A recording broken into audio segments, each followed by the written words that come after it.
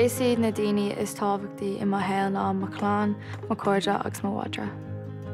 Tá mo bhádra gá bhliain d'aois is go na tríomhairí, cas is anamdí is hí cas mo cara is fear agus mo bhéibí. Nuair fór mo bháin bás formar cas agus ceir sí le mo chláán ar fád, bhí Paul mór sa chláán agus líon cas é. Tá cas cósfuí tá sí cosúil le leanamh, tá sí géir grá an tám ar fád agus tá sí anagram bharnar a dhéanann siad rudí airt. Tá sé ansimúil gur tuigeann anbheith ar cuid mothúcán, tuigeann cas nuair bhíon bhreanarm nó áthasarm, aithníonn sí mo go agus nuair chuirm ghlaoch ó bháile ón Gaeltacht agus cloiseann sí mo glór tain sí carcáilte. D'áthar cas ar chláán, thug sí 6 purpose dún. Ar dús níorbh mo iad géirí ach inis tá sé an rá leihí ach ní ligeann sé ar go bhfuil. Is mála cas a bheith ag chudlála agus ag dul ar siúlóid, is even leihí a bheith ag ithe agus éhéann sí linn ag am duine ar orintanta síonn sí ag an caithear linn freisin. Tá sé so gentle.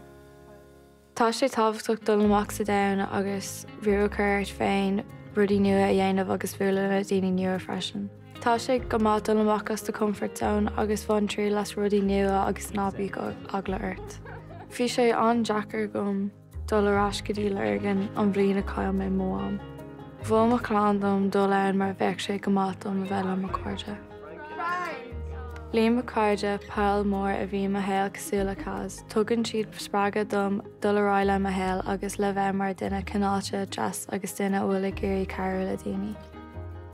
Is duine difriúil mé mar tá mé níos sásta ionam féin agus tám níos oscailte mar bhuine inis. Tar éis na háirteiste bhhalam obair le hanbha agus le daoine le aibanna sóisialta. Mothíim an láidir faoi a bheith a ceir le daoine agus hanbathe. Tá lán seirbhísí an bhuiil an sin ó bhfuil le ceir le daoine atá ag stracáilt lena saoil ag fós is féidir le níos mó a dhéanamh. Bhuiling do dhaoine óga le aon aib leabhar le do chláán, do cóide nó do bhúntóir tá ceir i gcónaí an sin.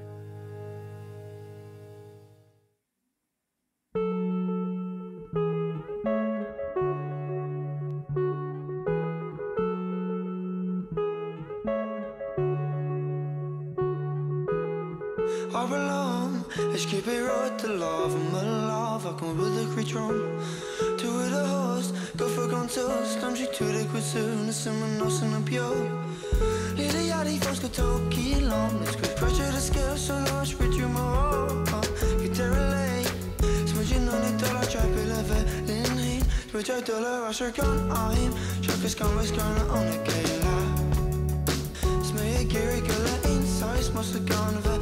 On the haze, fuck for me, look you're a kill, no lies, especially keep it road tall when you miss shining falls, with jealousy, brought new rush, sail my RV, yeah, you need but a brick on a chance to refresh you, no recurring need, I'll go on the rock color, to Macri, I'm kneeling up, live a reacher, figure my eye, gonna be see the Kayla, machine.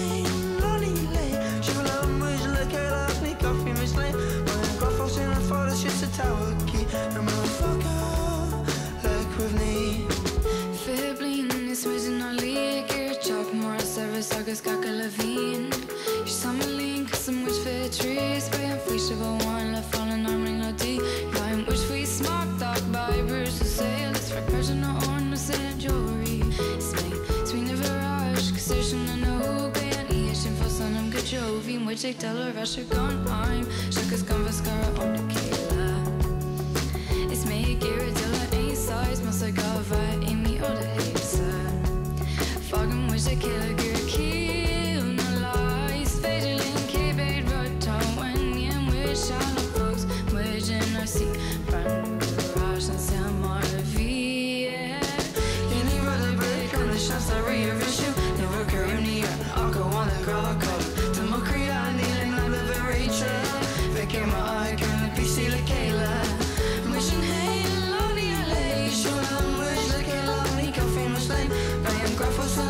Just a tower queen, and when we fuck up, like we need more and gain out, more and gain out.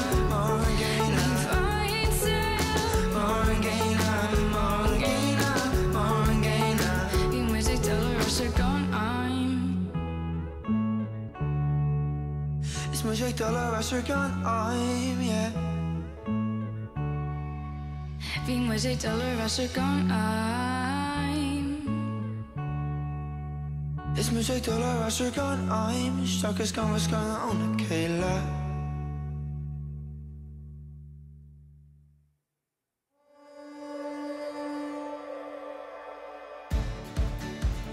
Tá sé dechar cos tá lán brúir dégóirí le high school agus runní mar sin, ba tá tú ábalta bheith darfach má torann tú am dit féin.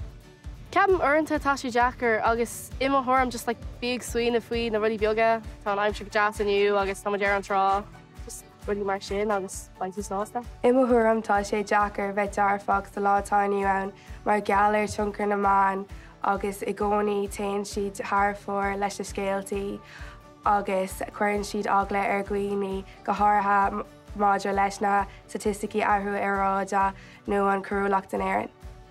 Ceapan bhfuil sé deachar bheith dearfach uaireanta mar tá an rudí gránna ag tuairlinn sa saoil ag an aim seo ach ag an aim céine déanam iireachta bheith dearfach an taimar fad. Ní ceapan ghfuil sé có deachar chun bheith dearfach sa lániu, just caiidú saola faoi na rudí jazz i do saoil agus na rudí jazz tá teacht. Ceapam go bhfuil sé deachar bheith dearfach sa látáiniuan ach tá an cinenne ar féin má tá tú géirí a bheith dearfach nó go bhfuil tú géirí bheith díoltach.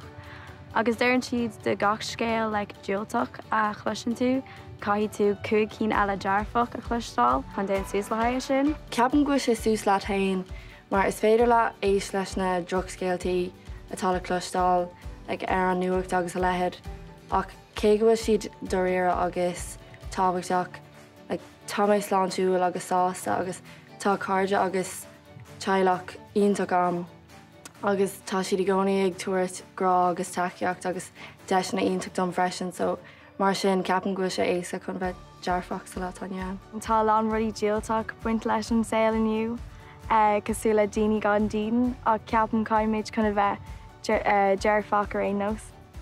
Is má le daoine le i chur na drogscéalta amach ar dús mar fáin níos mó le reaction as na drogscéalta, so má tá tú géirí agus ag smaoinmh faoi rudí dearfach, jóann tú rudí dearfach ach má tá tú ag smaoinmh faoi rudí díoltach, jóigh tú rudí díoltach, just sin saoil sin chuna sa oibríonn sé.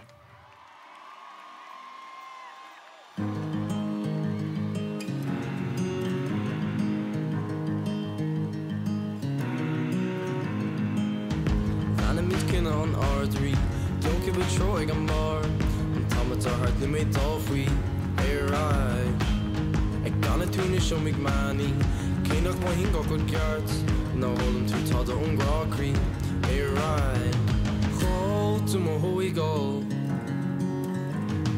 Hám sa gangar Tá rum sé cabhar tágaí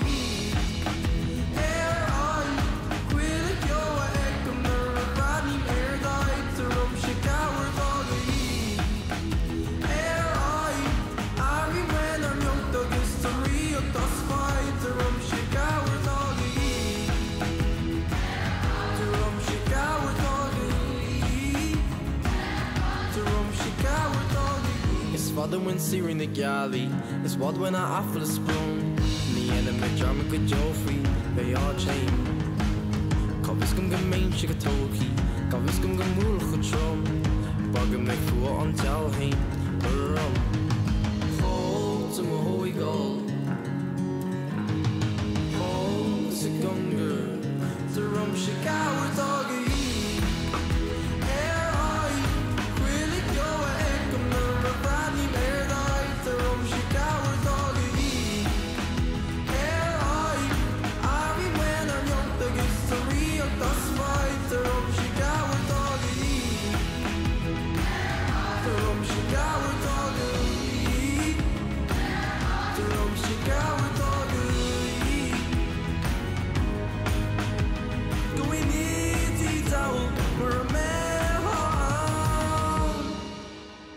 Ní féidirlinn an iarne hell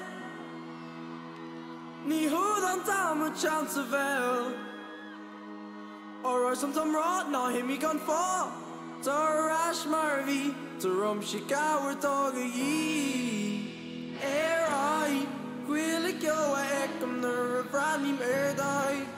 she gower dog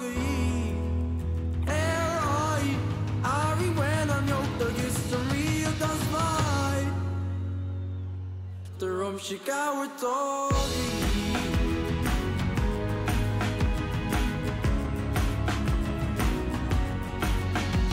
My soul to my garden